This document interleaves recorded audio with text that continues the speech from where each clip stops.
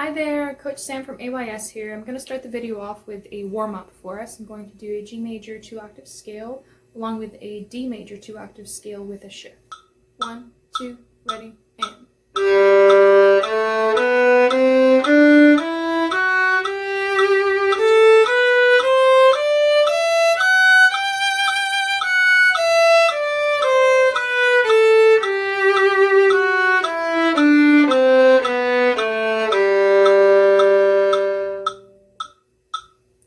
D major. 1, 2, ready, and. Shift.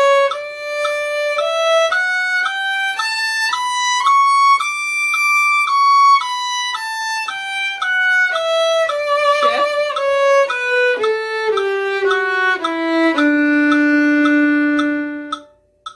The next thing I'd like to work on is the first violin part of Nightshift by Richard Meyer. We're going to be looking at measures 14 through 22 to start. First thing I want to look at is measure 14. We're kind of setting ourselves up to shift at the beginning of measure 15. Let me just go ahead and play through that and then we'll pick it apart. I'm going to set my metronome to 112 beats per minute. Starting at measure 14 and I'll play through 15. 1, 2, 1, 2, ready, and.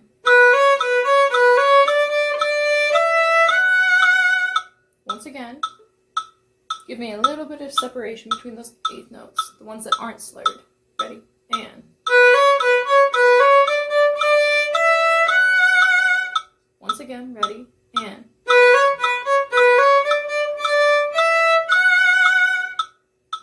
Okay, the key right there is that we're recognizing that we're basically playing D natural on A string, third finger.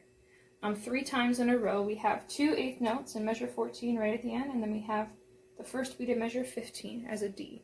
So let's just go ahead and practice that shift. Measure up to D. So we're going to practice that shift doing half notes at 112. Ready, and.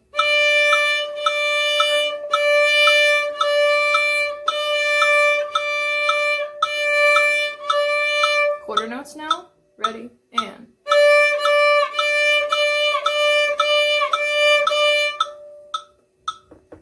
Something to be mindful of is you're not just moving your fingers. You're not doing.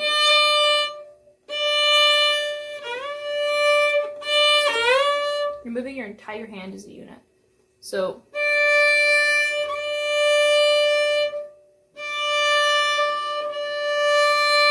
You can stop a little bit in between to make sure that you're not getting in the habit of sliding when you're shifting, but the goal is to have it barely audible, that shift.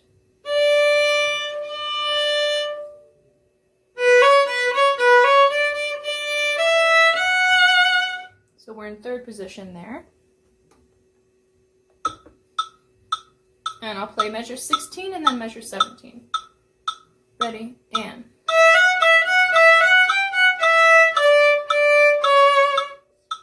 So, when we shift in measure 17, it's the same concept as when we shift in measure 15, except it's reversed. We're shifting from already being in third position. So you can just practice shifting from D and already in third position.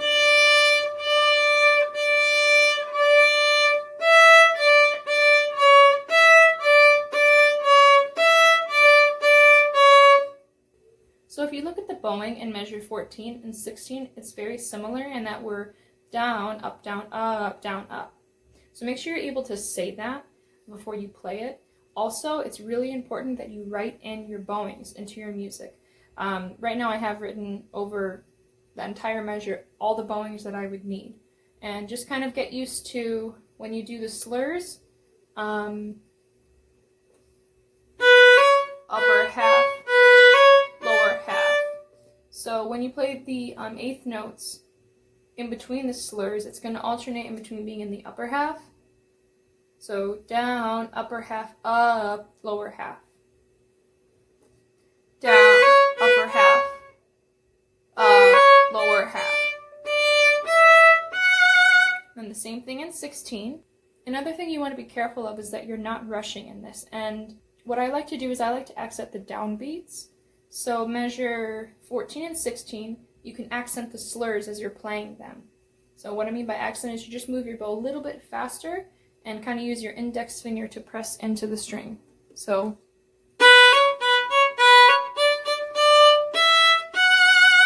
then we have a retake right there.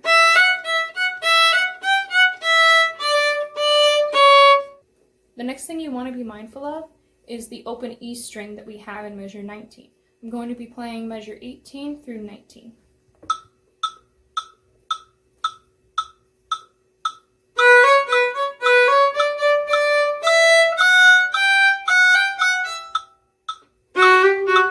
So I went on, I just wanted to demonstrate accenting the first note or accenting the slur in measure 20 and 21. It gives a nice effect on those measures and prevents us from rushing as well. The next section I'd like to look at is measures 30 through 33. That entire section is in third position, but we need to remember how we got in third position in the first place, and that happens in measure 27 on A on E string. Let me just go ahead and play through that section. I'm going to be starting at measure 27, and then I will stop on the downbeat of 33. So measure 27. 1, 2, 1, 2, ready, and.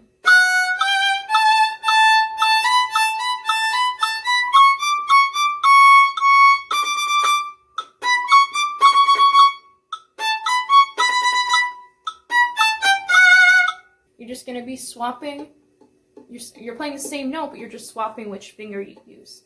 So in 27 in our case, it's third finger A, then first finger. And then we continue playing in measure 28, same rhythm, down, up, down, up, down, up. And when we do these 16ths right here, you're not going to be using as much bow as you would on a quarter or even an eighth note. So for quarters, we're using about this much bow.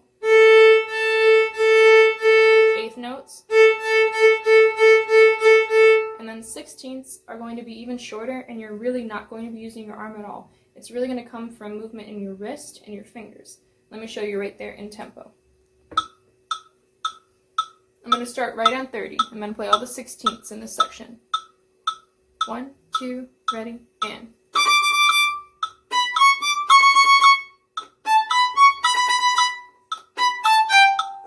So when you're moving your bow, I would start practicing just on an open string, quarter notes, eighth notes, 16ths.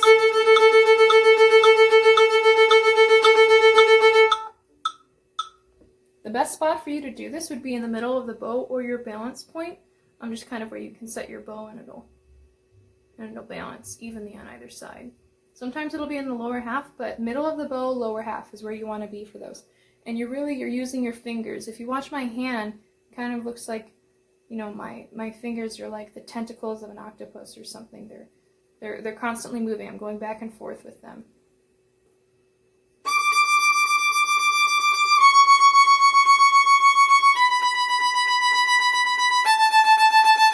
Make sure you have the proper bow position too. You need to make sure your index finger is bent on the spiral wounding. You need to have a bent thumb. Everything needs to be in place, and your pinky needs to be near the screw of the bow so you have nice stability there. If you look in measure 32, we shift back into first position. Again, we play the same note, we just switch the fingers and therefore the position that we're in. We're in third position at the beginning of the measure. So, rest. So practice shifting from 2 to 4, because it's different than 1, 3, 1, 3 on either D, A or D. Instead it's B, so it's going to be 2, 4, 2, 4, 2, 4. And just do nice and long half notes. Just try to work on getting that shift nice and clean. You don't want to hear sliding. I'll be playing from measures 56 to 61 in tempo at 112 beats per minute. So we're in third position here. 1, 2, ready, and.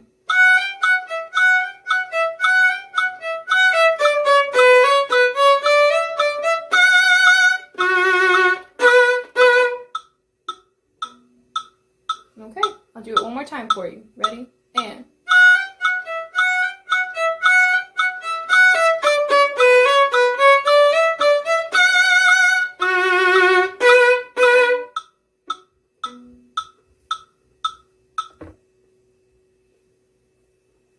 Okay, so if you notice, we have some dots over the eighth notes in measure 56. That really just means we're going to have a lot more space in between those than any other eighth notes that we have in the piece. So I like to think in my head, pick, pick. So play, pick, pick, play, pick, pick. So you can say that out loud. It's kind of hard to do both. But focusing on measure 57, those last two beats, I'm using very little bow and I'm near the fingerboard right here. Here's the last two beats. I'm going to use more and more bow. So lots more movement. Just make sure you stay in between the bridge and the fingerboard. You don't want to be all over the fingerboard. So don't be using your arm as much as you're going to be opening and closing your elbow more and more. So I'm going to start at 56 in tempo.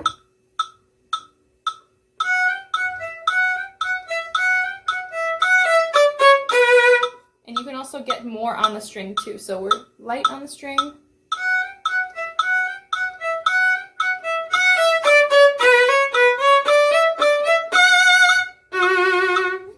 Okay. One of the things I like to do is I really like to press into the string using my index finger on my bow. I'm pressing the stick to the hair. It's going to create a lot more sound. Let me show you. So I'm just going to do open D. But if I press into the string with my index finger, see how the stick is almost touching the hair?